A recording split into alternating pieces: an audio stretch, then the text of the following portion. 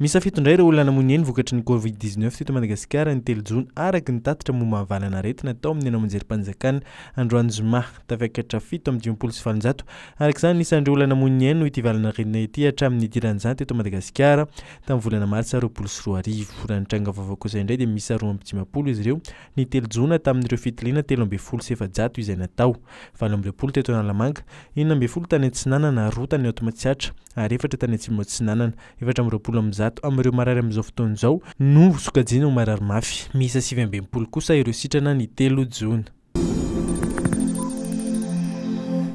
Afaka manatona ny service médico-social au niveau de l'université ireo mpianatra maniry ny atao vakisiny ho fanefitra ny coronavirus manomboka ny alatsinainy 7 Jona ho avy izao. Aharitra hatramin'ny 17 ny volana Jona moa ny fanaovam-bakisiny fotoana izay alan'ny andro ilay vakisiny Covishield izay nafarana Madagasikara. Manasa ireo mpianatra mpandrarary mpiasa rehetra amin'ny université noho izany ireo tompon'andraikitra mba ho avy handray ny vakisiny mandritra ny 10 andro aretan'izany.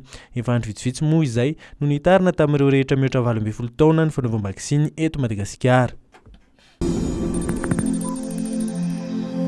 Afaka ankafy ampahany amin'ireo lalao mandritra ny Euro 2020 Eoropa kafy Baolina kitra eto Madagasikara.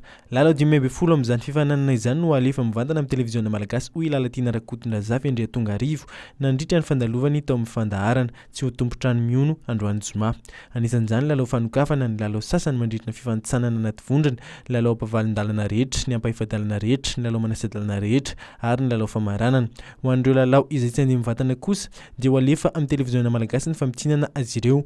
Raha ny fanazavana ministra dia fiarah-miasa amin'ny ministeran'ny serasera sy ny kolotsaina sy ny ministeran'ny toe-karena sy ny teti-bola no nafahana nanao izao lalao izao.